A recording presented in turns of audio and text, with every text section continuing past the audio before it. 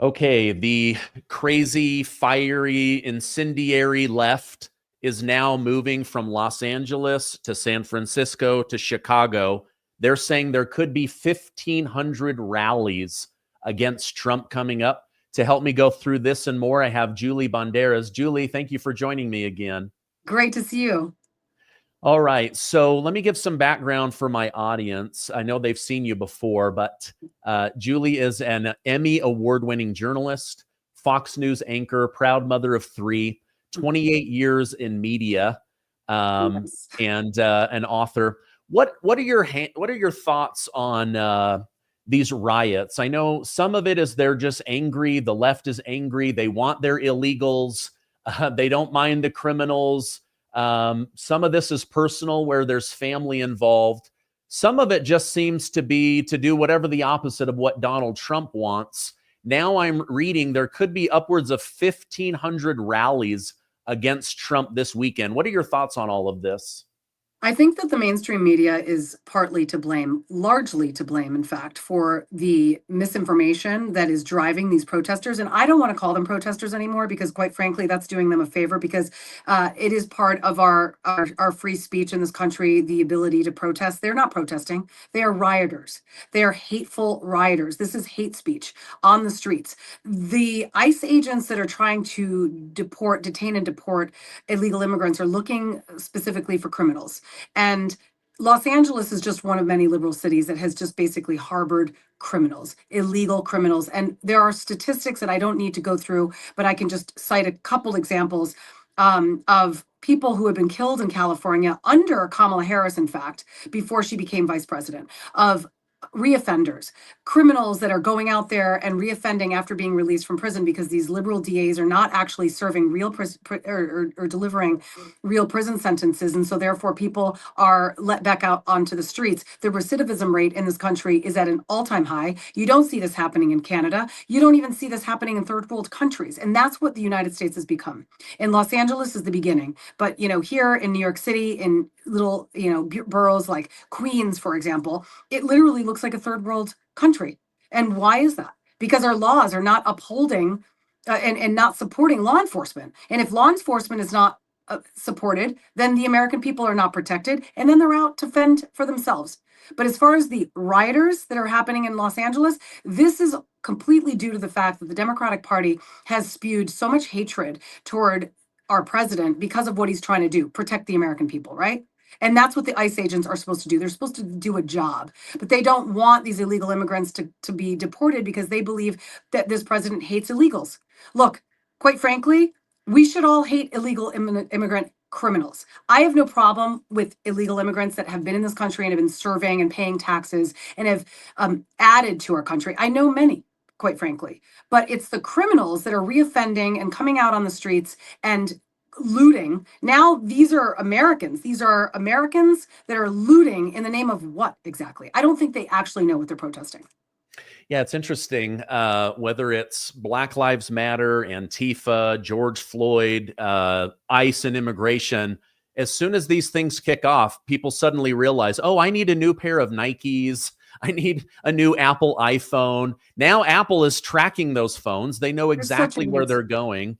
I'm grateful that a lot of this has been captured on camera. What's really strange to me is you have CNN, MSNBC, ABC. They're literally saying this is peaceful protests, that Gavin Newsom has this under control. And then the B-roll footage next to the anchor is people throwing rocks off of the freeway, blocking the freeway, lighting cars on fire. It's like, what's that 1984? Ignore your eyes and your ears. It's insanity to me.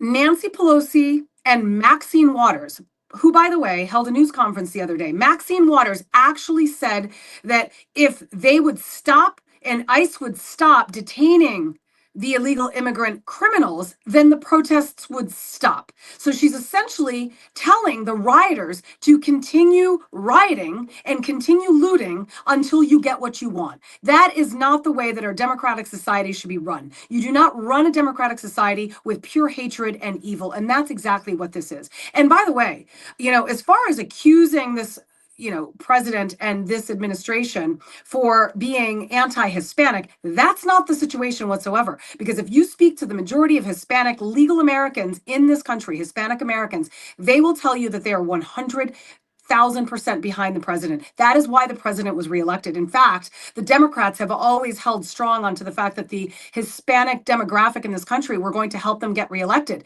But quite frankly, the legal Hispanic community in this country has voted Republican. Why? Because they don't want to see other illegals cutting the line. My mother was a Colombian immigrant more than 30 years ago. She came in here on a visa and she eventually became an American citizen. That's what the legal American Hispanics believe in. And so to say, and there have been some that have said that California is 50, especially Southern California, is 50% Hispanic and therefore it's Mexico.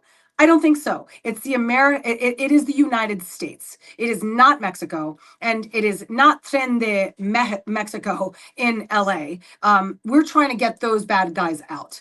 And I think the fact that these politicians are standing firm and standing behind the rioters is basically preaching hate in this country. And it's unacceptable. I mean, it's just absolutely unacceptable. But am I surprised? No, I am not. And they've been facilitating this, and they have been making this a hotbed for illegal immigrant criminals, because in Los Angeles, as you know, Gavin Newsom has done absolutely nothing.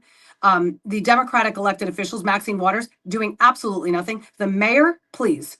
I mean, after the wildfires, do we have any trust or confidence in elected officials in the state of California? They should all be taken out of office and reelected, because the people of California themselves want these people out, because look what's happening to their streets.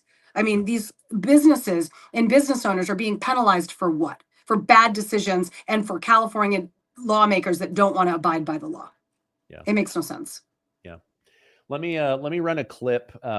Yesterday, President Trump spoke at Fort Bragg, and he gave, I believe, one of his best speeches ever. Let me just roll a part of that, and then we'll react to it together. And attempting to infiltrate and occupy federal buildings wearing armor and face shields. The best money can buy, somebody's financing it. We're going to find out through Pam Bondi and Department of Justice who it is. They're already on it. Who's financing all this equipment? Very professional. Under the Trump administration, this anarchy will not stand. We will not allow federal agents to be attacked, and we will not allow an American city to be invaded and conquered by a foreign enemy. And that's what they are.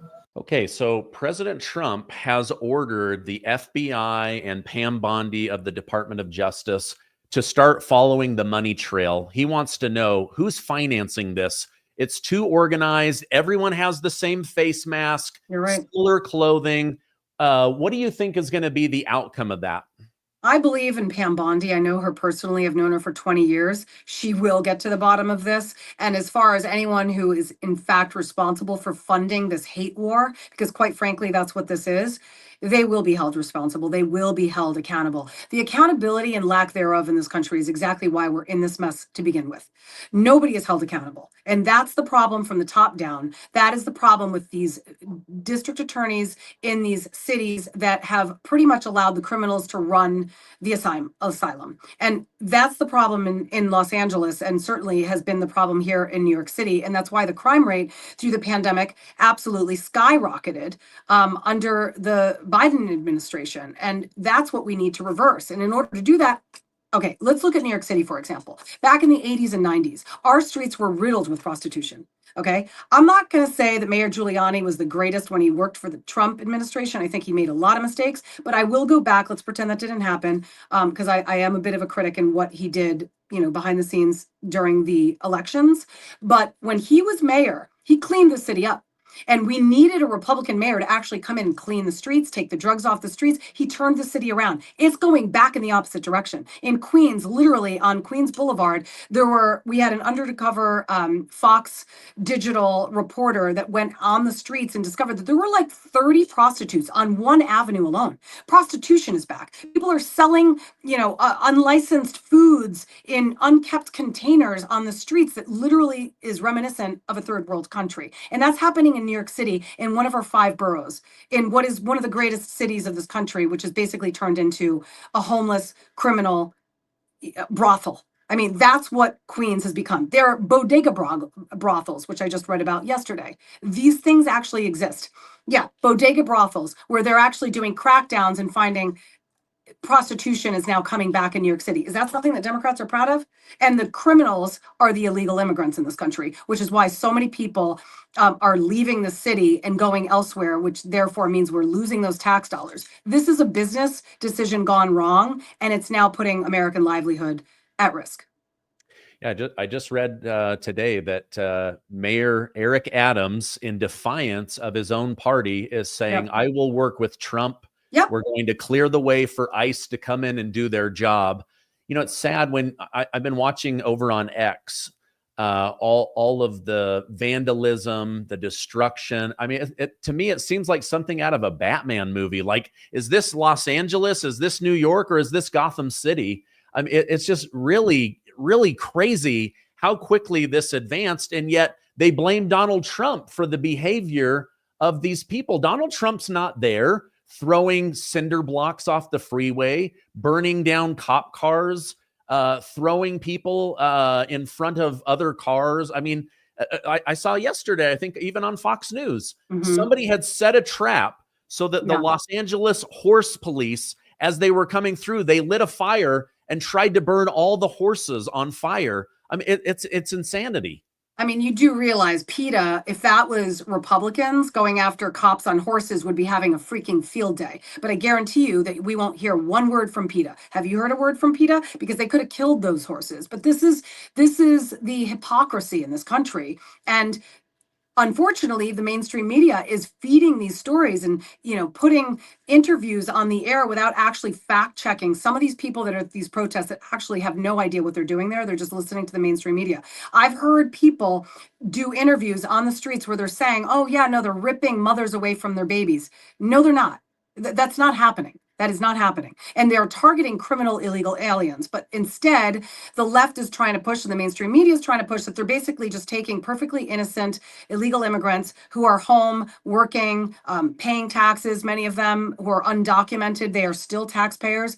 They're painting it out as if we're just taking all of that, eradicating them, and throwing them out of the country. That's not what they're doing. And as far as Democrats accusing ICE agents of covering their faces. Okay, that's another thing that they're really angry about, right? In California, a lot of these ICE agents are covering their faces. There's a reason why. Their families are being targeted. They're getting death threats. So if they're out there trying to enforce the law, and quite frankly, that is the law, whether you like it or not, the president has made it a law that if you are an illegal immigrant coming into this country and crossing our borders illegally, you are breaking the law. And while that's always been a civil crime, it's no longer a civil crime. You can actually be deported for that under this administration, whether you like the law or not. It's the law. And so now lawmakers are apparently above the law. Since when?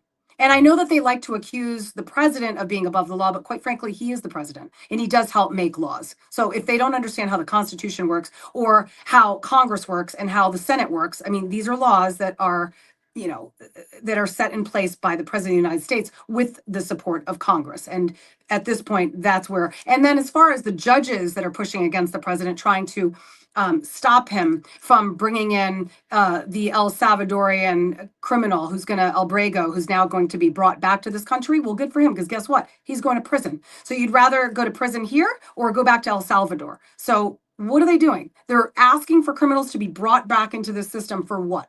Because you want our taxpayer dollars to put them in our jail systems? That makes zero sense. They absolutely have no positive ideas as far as how to improve the situation. They just want to fight Trump no matter what he says. If he says the sky is white, they'll say it's blue, or vice versa. They're never going to agree with the president. Yeah. Speaking of lawmakers, it looks like Senator Josh Hawley is also calling on Pam Bondi to dig in with the help of the FBI to start using cell phone technology to figure out who people are. I really do. I believe in Pam Bondi, as you mentioned. I think that we are going to get to the bottom of this situation and figure this thing out. Let me roll one more clip from President Trump's speech at Fort Bragg, because he said some stuff that was pretty chilling. And I want to bring that up on the screen, and then we'll react to it together. Okay. These are animals, but they proudly carry the flags of other countries. but they don't carry the American flag. They only burn it. Did you see a lot of the flags being burned? They weren't being burned by people from our country or from people that love our country. People that burn the American flag should go to jail for 1 year. That's what they should be doing. 1 year. And we'll see if we can get that done. We're going to try and get that done. We're working with some of your senators. I know Senator Josh Hawley is very much involved. And I know the two senators from here. I think are you guys in favor of it? Boy, would this be a bad time for them to say no. This month, Tax Network USA proudly celebrates Pride in America Month, honoring freedom, resilience, and financial independence. To mark the occasion, they're offering 10% off all services for a limited time. If you're dealing with back taxes or missed the April 15th deadline, don't wait. The IRS is stepping up enforcement fast. Penalties can add up quickly, up to 5% per month, maxing out at 25% of your total tax bill just for not filing. That's on top of what you already owe. But here's the good news. Tax Network USA can still help turn things around. Whether you're self-employed, run a business, or your books are a complete mess, their team knows how to cut through the chaos and find the solutions that work. Your consultation is free, and getting ahead of the problem now will help save you on headaches, on penalties, wage garnishment, and even surprise bank levies. Take the step right now by calling 800-958-1000 or visit tnusa.com/Gardner. And don't forget, this month only, you'll get 10% off as part of the Pride in America Month celebration. Regain control of your finance with expert help from Tax Network USA. What are your thoughts on President Trump saying, hey, if you guys are going to come in and make it look like we're being invaded, right? Like and just go back in time. The warring faction comes in with their flags. You've been conquered. You've been invaded, right? So President Trump is seeing this. On top of that, the American flag, our beautiful flag, is being burned, defecated on, spit on. He's saying, wait a minute, we need to do something about this. Your thoughts on the treatment of the American flag? Well, I believe in free speech, but I also believe in being anti-American being a bad thing for our country. Do I think that they should be jailed for a year? I think that's a little harsh, but I have said on the air, on Fox, in fact, before, if you were to Google, you'll see it there, that I think that it should be a crime to destroy the American flag. It should be considered a crime. I'm not going to be one to tell you, what should the sentencing be, should you be found guilty, but I do believe that it should be considered a crime.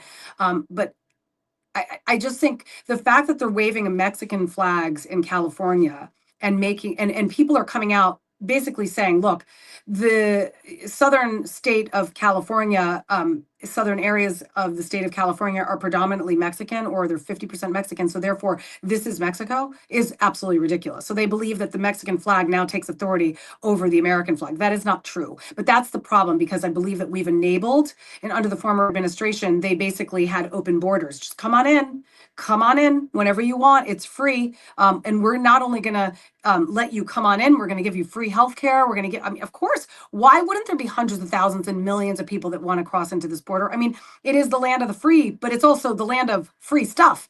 I mean, quite frankly. And so I think at the end of the day, the enablers have created this situation. Somebody's got to reverse course. If we were to continue on the path that we were in, could you imagine at the rate in which illegals were coming into this country, what would this country become? Because all of those illegals were being bussed out to all these cities, and all these families are now leaving. So American taxpayers are either leaving the cities that they live in, or even in the country in some cases. I know a lot of people from New York that moved down to Florida because they can't handle it. Then what's going to happen to our tax system? What's going to happen to inflation when people don't even want to live or work in this country because they feel that they're going to be punished by having to pay extra taxes for illegals that are coming and benefiting? I know so many people that don't have health insurance that are suffering, Americans, taxpayers that don't have health insurance. But yet, if you're an illegal immigrant and you come into this country, by birth, you automatically get American citizenship. Now, we know that the judge, a federal judge, did, strike that down. Okay. That has always been a law in this country. In no other country in the world do you have birthright citizenship. I mean, you don't go to France and give birth and all of a sudden get birthright citizenship. But in this country, the president tried to push against that, saying, well, why are we giving birthright citizenship to these illegal immigrants? That is an incentive to come into this country. If you take that away, maybe people won't be so inclined to be breaking the laws and risking their lives to come into this country, which, by the way, those who are coming into this country and have been, I mean, the atrocities that have occurred on our borders, children that are being killed, women that are being raped on the border, all of that. It's a health, it's a humanity issue. It's a humanitarian crisis. And the Biden administration fed that. Right? We have to reverse course. And unfortunately, in some extreme scenarios, like you're seeing now, that's why the ICE agents are having to do the job, the dirty work. But the only reason that they're doing the dirty work is because the dirty work was done prior to this administration, and they're just trying to clean up the mess. Yeah, I agree with you. Okay, let me show you one last clip. This was my favorite part of President Trump's speech because I believe, just like his speech in Riyadh, Saudi Arabia, right, this is showing his new doctrine when it comes to war and when it comes to domestic issues. Let me go ahead and bring that up. We'll watch it together. And before going further, I want to say a few words about the situation in Los Angeles, California. Have you heard of the place? Where I've deployed thousands of National Guard troops and hundreds of Marines to protect federal law enforcement from the attacks of a vicious and violent mob. And some of the radical left, they say, oh, that's not nice. Well, if we didn't do it, there wouldn't be a Los Angeles. It'd be burning today, just like the houses were burning a number of months ago. Generations of Army heroes did not shed their blood on distant shores only to watch our country be destroyed by invasion and third world lawlessness here at home, like is happening in California. As Commander-in-Chief, I will not let that happen. It's never going to happen. Okay. In his first term, he wanted to shut things down in Minneapolis, Minnesota. He wanted to shut things down in Seattle, in LA, other parts of the country. He let governors and mayors handle it, and things got really out of control. I think this time around, he's letting people know, I'm not messing around. Do you see this as the new Trump doctrine, where he is saying, like, listen, generations of soldiers gave their blood on distant shores, not to have America become a crap hole, not to have this kind of violence? What are your thoughts on what the president said? I think it's a slap in the face to a lot of veterans' families who have lost their loved ones due to the fact that they gave the ultimate sacrifice to serve this country in order to enable us the freedoms that we have. And I think California needs to understand that while they are predominantly a blue state, they have a lot of veteran families there. And guess what? Those veteran families vote. And I think Gavin Newsom needs to take a hard look in the mirror, because I believe that his dreams of being the president in 2028 have been extinguished, unlike the fires that were burning in his state for weeks, and they did absolutely nothing. The fact that the mayor still has her job, the fact that this governor still has his job, is sick. But I think in order to see change, you need to change from the top. And the only way to actually see positive change is to change from the top. And as far as having pride in this country and people burning their flags, well, that respect needs to once again come from the top. So once Gavin Newsom, the Gavin Newsoms of the world, who, by the way, mark my words, will never be president of this country ever, because California is one state, the rest of the country is watching. And I'm sorry, California, but the whole world does not revolve around you, and nor does America. I think California is an awful example. In fact, many liberals have left the state of California because of the state of chaos that it's in. The fact that they've got tent cities and drug addicts, and the amount of drug overdoses, the phenamine. I mean, it's just like amphetamines, like the drugs that have been filtered into this country have gone straight to California for a reason, because they know that they can get away with it, because these tent cities harbor criminals and harbor drug addiction. And I think it's just a matter of time before their entire plan implodes. I mean, these protests, how long could they possibly last? A month, 2 months? Eventually, all the businesses are going to close and taxpayers are going to be fed up. So they're not going to have any support, even from the most far left leaning liberal in California. Are they going to support the fact that they are completely destroying their city? Destroying. Who would want to live there? Everyone's going to move out. And then what happens to Los Angeles? It becomes what? A war zone? I mean, that's what it's headed toward. Yeah. I agree. I think Gavin Newsom, from homelessness to the fires to drug problems to the COVID lockdowns, I don't think he could even get reelected as governor. I'm glad he's on his way out. I'm hoping California will see Steve Hilton as a great option to replace him. You know, like Trump said during his State of the Union when it came to the border, we didn't need a new border bill. We just needed a new president, and maybe California just needs a new governor in order to see their state be the beautiful state that it is. It's such a beautiful state. Let me switch gears with you. What are your thoughts on Elon Musk now coming out and saying, I apologize, things that I said about the president, I regret. I'm hoping these two can patch things up, whether they are as close as they were before or not.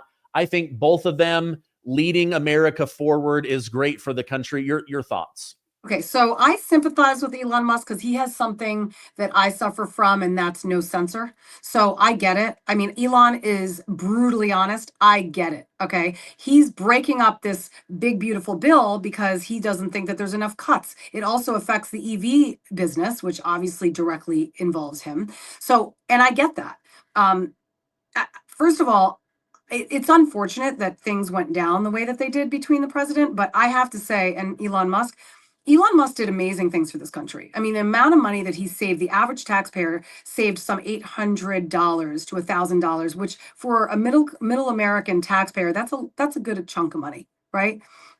I think he did amazing things. He cut a lot of programs. The president loved him for that. He was being championed by Republicans, not Democrats. They all hated him. They wanted to destroy his entire business and, vandalize every Tesla on the street. And don't get me started on electric vehicles. Sorry for those that own Teslas. But so I think what Elon Musk did for this country is stupendous. And I think that had he not angered the president would never say a bad word about Elon Musk. He has done nothing but praise Elon Musk. I mean, you've seen him in Trump's White House, standing right beside Trump, even with a black eye, and standing beside Trump and supporting Trump. The only reason that this went south is because Elon Musk wasn't happy with the big, beautiful bill, which, by the way, the majority of Republicans are not happy with the big, beautiful bill either. And the difference between Elon Musk and Congress is that he's not an elected official. He had a short-term job in the White House, and that job was to crack down on federal agencies that are absolutely unnecessary. Hundreds of thousands of dollars, millions of dollars spent on the most ridiculous things in this country that we've been paying for that just went swept under the rug under past administration. So he did a great service to this country.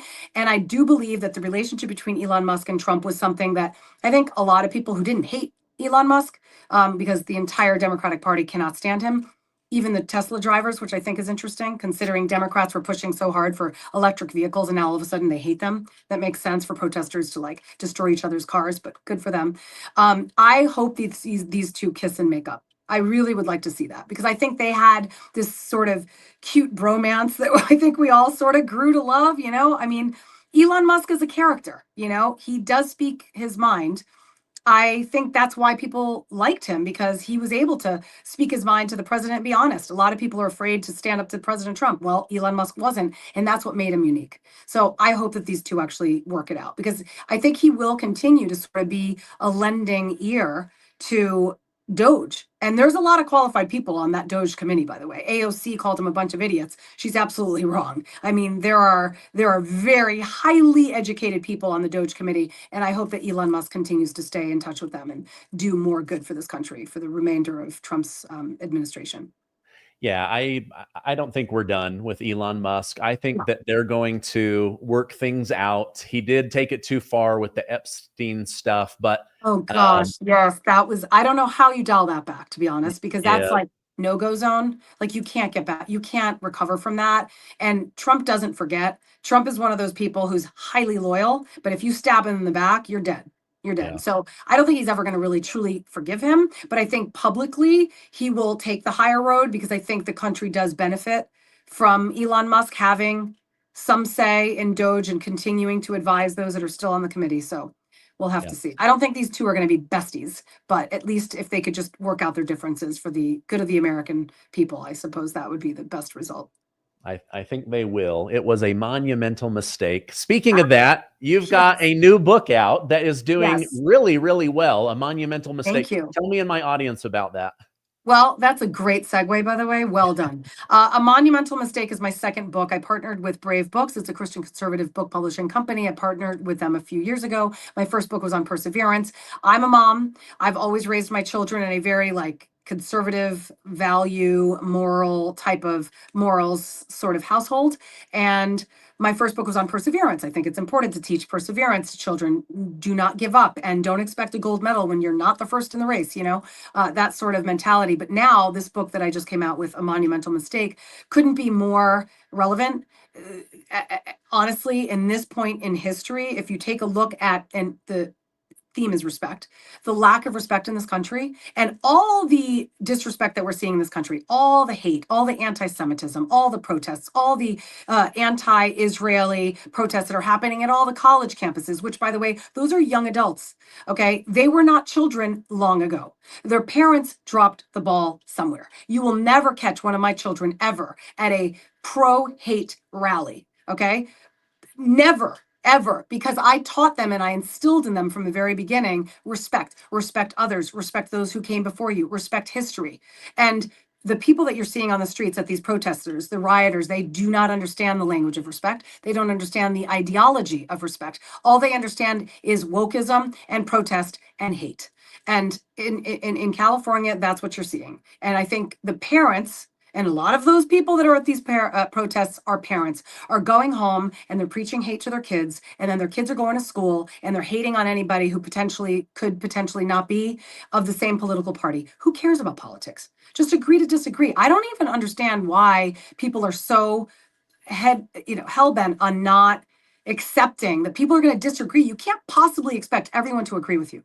I mean, it's like my viewers, you can't always make them happy. You shouldn't always try to make everyone happy. You just need to respect that you have differing opinions. But at the end of the day, our next generation is doomed if parents do not reverse course. So we need to teach our children respect and forgiveness, and it's just these values that I think, and morals, that are lacking in our country, hence the protests at college campuses. Because those students were kids 10, 15 years ago. They were small children, and that's where their parents went wrong and dropped the ball.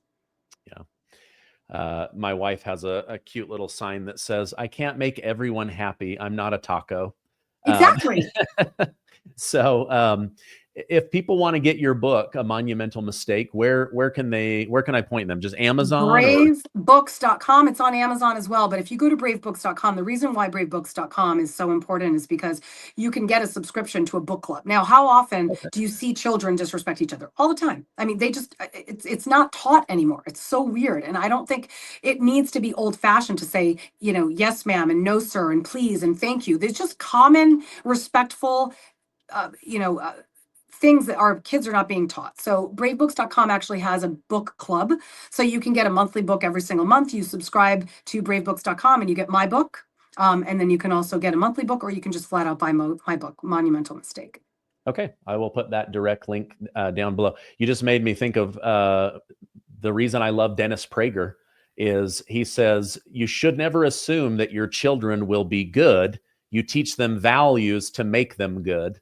Right. And he said, just look how mean teenagers are when they're not taught good values. I mean, it's Lord of the Flies. So, but Julie, I appreciate you taking time out of your workday. I know you're getting ready to go on air. Thank you very much. I'm going to put those direct links down below, as well as to your social media, so people can follow you. Thank you so much. I hope you have a great rest of your day. Awesome. So great to talk to you. Bye.